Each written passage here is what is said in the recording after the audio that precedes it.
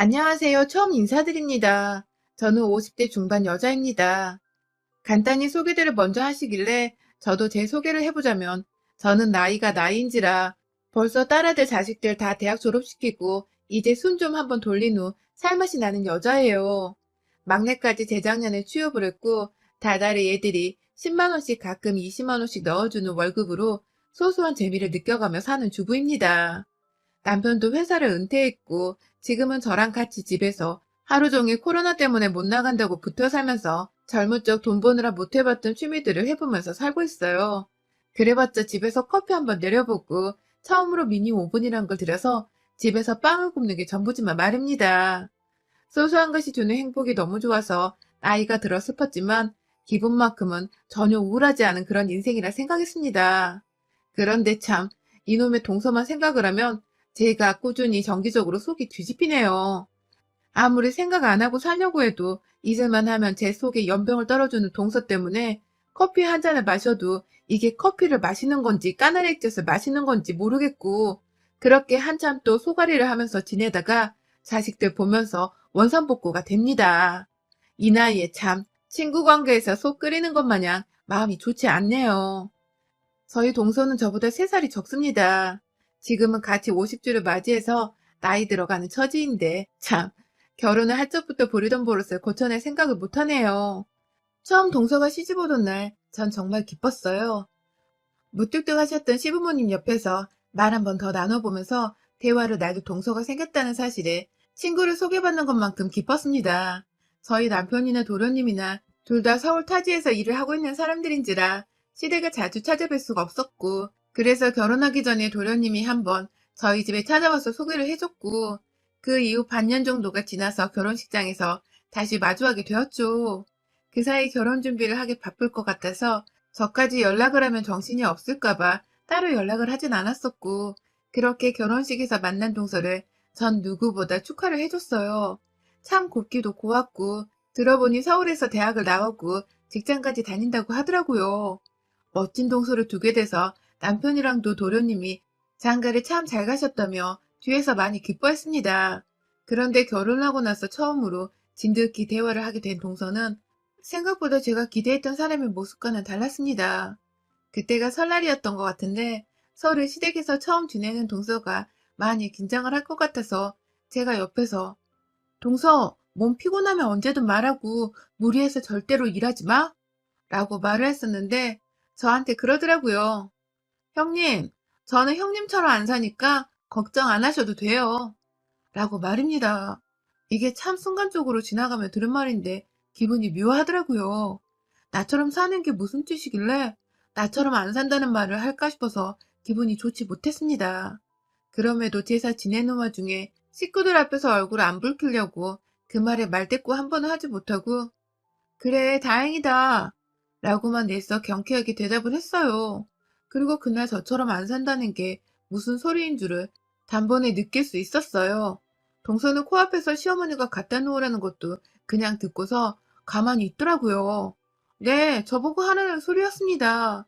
제가 그 그릇들을 세사상에 다 갖다 놓을 때까지 동서는 옆에서 도련님이랑 무슨 얘기를 하는 건지 웃고 있기 바빴고 그날 제사가 끝내고 설거지를 하는 것까지 동서가 그 순간에 선물을 사왔다며 어머님 옆에 가서는 선물 증정식을 하는 바람에 제가 남은 가족들이 다 거실에서 하하호호 하는 동안 설거지를 끝마치고 나왔어요. 앞치마는 설거지물로 흥건하고 저는 하루 종일 음식하고 제사상 차리고 설거지까지 풀로 일을 하는데 왜 아무도 날 안 챙겨준다 싶어 섭섭하기도 하고 왜 동서는 나를 도와줄 생각을 못할까 싶어서 속상하더라고요. 그렇다고 동서한테 도와달라고 말하자니 형님 노릇 하는 것 같아서 기분 나빠할까봐 쉽사리 말도 못 붙이겠고 이 집안에서 핏줄 들은 내 남편이랑 도련님 두 사람인데 왜 엄한 며느리인 나 혼자만 이러고 있나 정말 한숨이 푹 나왔습니다. 그리고 그날을 계기로 동서는 상당히 아주 고의적으로 집안에서 일을 도와주는 걸 거부해 왔습니다. 지방이라서 휴일을 맞으면 다들 차를 타고 운전해서 시댁으로 가곤 했는데요. 꼭 매번 하루씩 더 늦더라고요. 저희 남편이 회사를 다니니까 하루 정도 여유를 두고서 시댁에 가는 반면에 동서는 하루를 더 늦게 와서는 꼭 늦잠까지 자고는 일어나서 첫마디가 형님 밥 좀 주세요 라는 거였습니다. 아휴, 다른 집 며느리분들도 다 이런 식으로 큰 동서가 시댁에서 둘째 동서 밥까지 챙기나요? 저는 이 짓을 아이를 먼저 낳고 나서도 반복했고요. 애가 옆에서 보채는 거 달래가며 시댁까지 내려와 몸은 만신창이인데 옆에서 시어머니는 자꾸만 같이 음식을 만들고 제사 준비를 하길 원하시니까 또 쉬지도 못하고 일을 하곤 했는데 가장 바쁜 그날이 지나가면 동서가 시댁에 도착을 해서는 꼭 제게 밥을 차려달라 했어요. 옆에서 보다 못한 남편이 처음엔 안 그러더니 점점 저를 도와주더라고요. 당연히 남편도 손을 보태서 저를 도와야 할 일이었는데 그간 그냥 며느리들 일이라며 남일처럼 보기만 하다가 동서가 하나도 거들어주지 않으니 본인도 저보기가 미안하고 딱했는지 슬슬 팔을 걷어붙였어요. 그러다가 이번에도 늦게 와서 저를 보자마자 어떠한 인사말도 없이 형님, 먼저 오셔서 다 해놨네요. 밥 좀 차려주세요. 라고 하는 동서한테 화가 쌓인 건지 남편은 재수씨, 참, 너무하네. 저랑 이 사람 어제 와서 이거 다 차리느라 애 보고 일한다고 잠도 제대로 못 잤어요. 라면서 밥은 혼자서도 차려 먹을 수 있는 거 아니냐고 언성을 높였고 그 바람에 도련님도 놀래서는 상황 파악을 하느라 정신이 없으시고 겨우겨우 도련님과 제가 말려서 일이 일단락되긴 했지만 그 바람에 저와 동서의 사이는 더욱 껄끄러질 수밖에 없었습니다. 다행히 가족이고 서로 매일 봐야 하는 사이인지라 서로 물어뜯거나 째려보면서 경계하고 멀리하는 사이는 아니었지만 동서는 그날으로 좀 더 교묘하게 저를 약올릴 듯한 행동과 말들을 하기 시작했어요. 저희 집은 남편이 장남인지라 주기적으로 시부모님께 용돈도 드리고 있습니다. 더 정확히는 남편이 벌어오는 돈 중에서 제가 생활비 빼고 남은 일부를 시부모님께 계좌이체로 드리고 있었어요. 아무래도 남편이 저희 부모님 용돈까지 챙겨주려 하다 보니 저도 남편에게 고마운 마음이 들어서 시부모님 용돈까지 직접 관리를 하며 드리고 있었어요. 뭐 이건 각 집안의 사정이니까 주어라 말아 할 거리는 아니지만 아무튼 동선에는 학비 도움까지 다 받은 도련님마저도 입 싹 닫고 아무 용돈을 드리지 않고 있다고 하더라고요. 그런데 문제는 돈을 가지고서 동서가 저에게 시비를 걸기 시작한 겁니다. 어느 날은 어머니 옆에서 그냥 조용히 일을 도와드리고 있는데 또 역시나 늦게 도착을 해서 늦잠 자고 일어난 동서가 일어나 어머니께는 환하게 인사를 하면서 저한테는 그냥 하는 둥 마는 둥 보더니 잠깐 어머님이 자리를 비우신 사이 저한테 먼저 말을 꺼내더라고요. 아, 그냥 돈 줄 테니까 이거 다 형님이 하시면 안 돼요? 라고 말입니다. 제가 순간 정말 제 귀를 의심할 수밖에 없었습니다. 아무리 경우가 없다고 하더라도 이런 식으로 말을 생각 없이 뱉어내고 하기 싫은 티를 팍팍 내면서 엄연히 손윗사람인 형님께 돈 줄 테니 혼자 하란 소리를 하는 동서는 살다 살다 정말 처음 들어봤네요. 저희 남편도 돈을 열심히 잘 벌어오는 사람입니다. 제가 돈이 없어서 이 며느리 짓을 하고 있는 게 아니었단 말씀을 드리는 겁니다.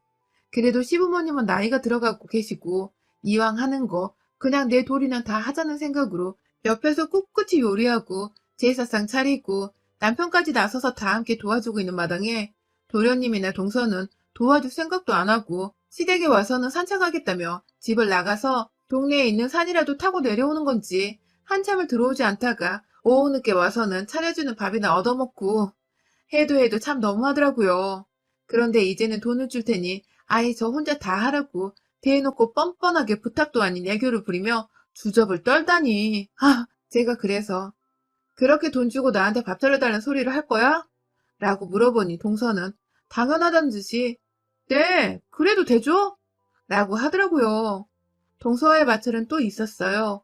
뭐 꾸준하게 게으름 피우는 동서 옆에서 저 혼자 속 터지는 일들이 많았었는데 저 첫째가 초등학교 들어가던 때인데 아직 고등학교도 안 간 애한테 서울에 있는 대학도 못 가면 얼마나 부모님이 속상해하실까? 라면서 8살짜리 애 앞에서 한숨을 푹 쉬더라고요. 정말 기가 막혀서 그 후로도 몇 번이고 애 앞에서 자기는 서울에 있는 대학을 나와서 좋은 직장을 다니고 그래서 결혼을 하고도 집안일을 안 하는 편이라고 시집 가서도 시집살이로 고생할 일 없으니 무조건 대학은 좋은 대학을 나오라며 저희 딸애가 중학교를 가고 고등학교를 가고 결국 서울 안에 있는 대학을 지나가는 와중에도 학벌 소리를 해댔습니다. 급기야 저희 딸이 동서가 나온 대학보다 입결 점수가 좀 낮은 서울 안의 대학이었는데요. 합격해서 이제 좀 휴식을 취해보려는 애한테 성인이 되어 축하한다며 선물 하나 따뜻한 말 한마디는 못해준 망정 그 대학은 아직도 안 없어졌어? 거기 가서 너 뭐 하려고? 라면서 오히려 정색을 하고 학교로 내리까더라고요. 그 바람에 딸내미는 자기가 남들이 쪽팔려하는 대학에 들어갔다 생각을 했는지 한동안 입시 전부터 그냥 다 때려치우고 재수를 할까 말까 이 난리를 피웠고, 저와 남편이 대학은 시작에 불과한 거라고, 사회에 나가는 한 과정일 뿐이니 다녀보고 개의치 않으면 네가 편입을 도전해보라며 설득을 시키고 또 시켜서 겨우 대학에 보냈어요. 좀 좋은 말 좀 해주면서 어른으로서 어른답게 말을 하고 행동을 해주면 좋으련만, 철없는 애도 아니고 그런 소리를 해대며 저뿐만 아니라 제 자식들한테까지 그러니 저도 슬슬 화가 나고 동서가 싫어지기 시작했어요. 처음엔 철이 없어서 그런 거라 생각을 했지만 갈수록 반복되는 언행이 기분 나쁘고 재수가 없었죠. 그럼에도 자식들 앞에서 화를 내고 난동을 피우기 싫어서 저 하나 희생하자는 마음으로 그냥 참았습니다. 지금 생각하면 왜 진작 아무 말도 못했나 싶어서 너무 분하지만, 그럼에도 애들 정서 생각하면 무조건 참은 건데, 아휴, 안타깝게도 제가 생각했던 것과는 전혀 다른 결과를 초래했더라고요. 저희 딸내미는 자라오면서 엄마가 동서 때문에 힘들어하는 걸 다 봤고, 또 자기도 작은 엄마로부터 대학 얘기부터 시작해 자신을 무시하는 듯한 소리를 들어대니 열이 좀 많이 받았나 보더라고요. 성인이 되어서는 시골에 내려가도 작은 엄마한테 인사를 하는 채 마는 채, 집에서도 늘 좋은 회사 가서 작은 엄마 코를 납작하게 해줘야겠다는 소리를 하면서 독하게 공부하고 취업 준비를 하더니 대기업에 합격을 했습니다. 저로서는 너무 자랑스럽고 대견했죠. 그런데 문제는 우리 애가 지금 회사 입사한 지가 어느덧 5년 정도가 되어가는데요. 애가 취업 준비를 하던 때에도 어디 그 대학 졸업하고 얼마나 좋은 회사 가는지 작은 엄마가 한번 보고 싶다 하면서 약을 올려대기 바쁘더니, 우리 애가 좋은 직장에 멀쩡하게 취업 성공을 하고 나서도 동서나 아주 막 나가더라고요. 동서도 딸이 하나 있습니다. 저희 막내 아들보다 한 살 어린데 입을 나불거리는 지 엄마와는 달리 대학도 지방대로 갔고 지금 취업도 못해서 공무원 시험을 준비하고 있는 걸로 알고 있습니다. 왜인지 시댁에 한 번도 데려오지를 않아서 저도 남편 통해서 도련님으로부터 들은 소식들을 간간히 듣고 있는 정도예요. 아무튼 지 자식이나 좀 제대로 키우고 살 것이지. 인연이 진짜 사람 열받게 내 자식을 가지고 자꾸만 길을 죽이려 하고 시비를 걸더라고요. 좋은 대학 나왔고 걱정하던 것을 코 납작하게 해줄 만큼 좋은 회사도 떡하니 들어갔는데 꾸준하게 제 딸을 무시하는 겁니다. 네가 정말 출세했다. 부모가 지방대를 나오면 보통 꼭 대학을 못 가던데 하는 말부터 시작해서 그 회사 얼마 못 다닐지도 몰라. 학벌이 좋지 않으면 대기업에서 절대로 버티기가 힘든 게 사회야. 라면서 아직 잘 다니고 있고 승진까지 한 내 딸한테 금방 잘릴지도 모른다 소리를 해대면서 얼굴에는 소름 끼칠 정도로 착한 척 미소를 지어댔어요. 얘 머리에 도대체 뭐가 든 건지 모르겠을 정도로 얘가 참 뻔뻔하고 못되더라고요. 딸도 점점 스트레스가 쌓이고 참다 참다 안 되겠었는지 재작년에 숙모 얘나 잘 키우세요 하면서 발대꾸를 한 번 했다가 동서가 내내 우리 애는 생각이 깊어서 노후가 보장되는 공무원을 준비하는 거라며 요즘은 100세 시대니까 무조건 오래도록 일할 수 있는 걸 찾아야 한다면서 또 자기 자식 자랑에 내 딸이 말을 함부로 한다고 뒷담화에 아주 정말 난리가 아니었습니다. 물론 저는 한 귀로 흘려듣는 게 버릇이 되어 동서 말을 깨끗하게 무시한 채 내 딸을 향해서 엄지손가락을 치켜주며 잘했다고 칭찬을 했고요. 그런데요, 올해는 저희가 좀 다른 살을 일찍 보내게 되었어요. 오래전 시아버지는 병으로 먼저 세상을 떠나셨고 바로 작년 말에 시어머니께서 돌아가신 겁니다. 너무 멀쩡하셨던 분께서 갑자기 돌아가신 바람에 저희 집이나 도련님네나 코로나 뚫고 모여서 장례를 치르고 상 치르고 정말 정신이 없는 해였어요. 마음도 많이 울적했고 그냥 사람 인생 참 허무하다며 마음 좀 끓이는 와중에 올 초 49제를 위해 저를 한번 찾았다가 도련님네랑 다 같이 저희 집에 모였습니다. 다른 이유 없었고 그냥 시부모님이 다 돌아가신 마당에 우리도 이렇게 나이가 들어가는데 남은 가족들끼리라도 잘 지내야 하지 않나 싶은 생각에 남편이 먼저 꺼낸 생각이었고 저도 흔쾌히 받아들였죠.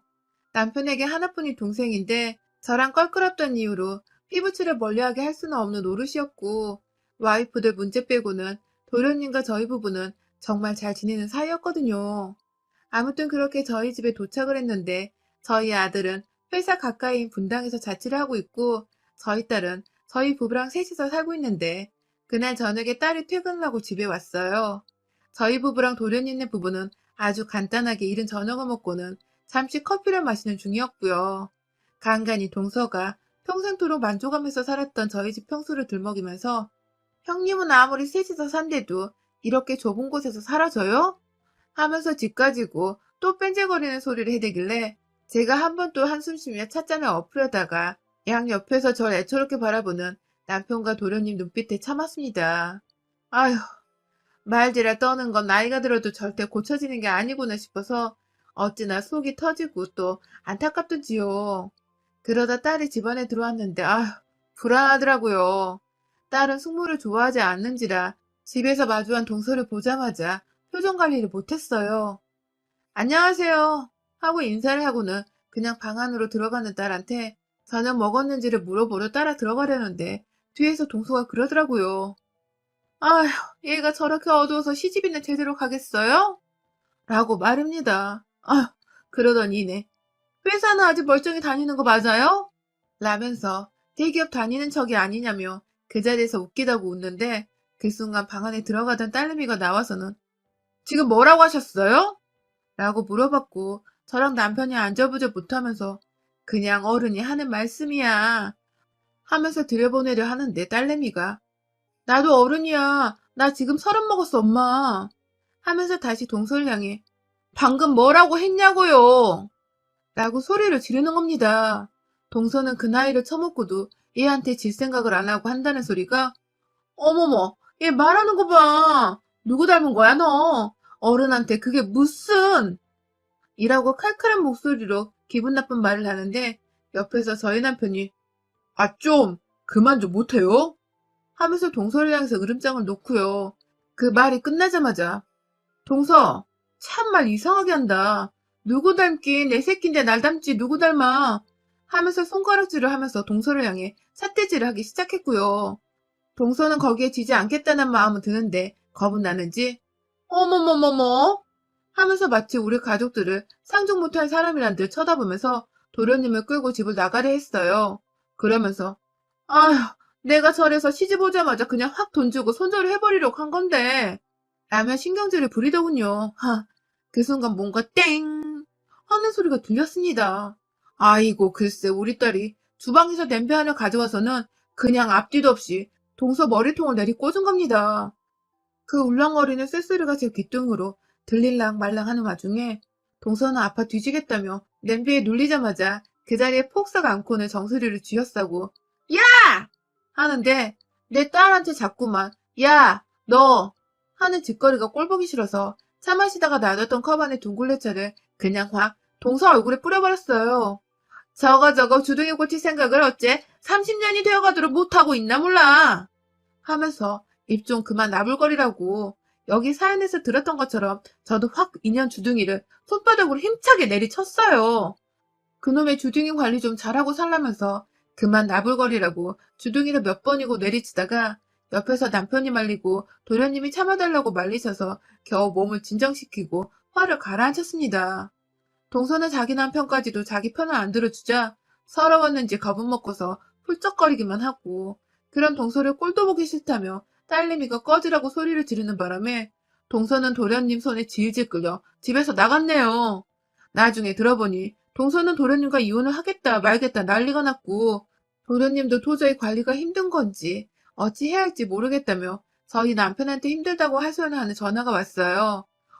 뭐 제 입장에서는 처음부터 마누라 간서 제대로 못했던 도련님의 책임도 일부분 있다고 생각이 드는지라 다 뿌린 대로 거두는 거라 여겼고요.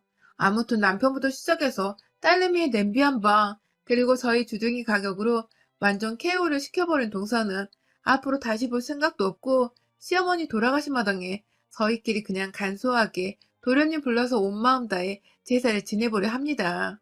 어찌되었든 자손들이 정성스레 마음 써주는 걸 조사님들도 가장 바라는 것일 테니까요.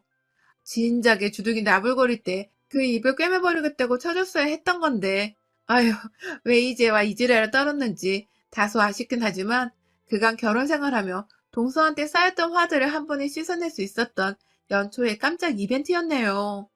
앞으로는 매해 온전히 가족들과 평온한 마음으로 명절을 지내볼 수 있을 것 같아 벌써 설이 기대가 됩니다. 나이 50줄에 손으로 사람을 칠 줄은 몰랐는데 막상 얄미운 년 하나 때려보고 나니 속이 너무 시원하네요. 여러분의 생각은 댓글로 남겨주세요. 오늘도 시청해주셔서 정말 감사합니다.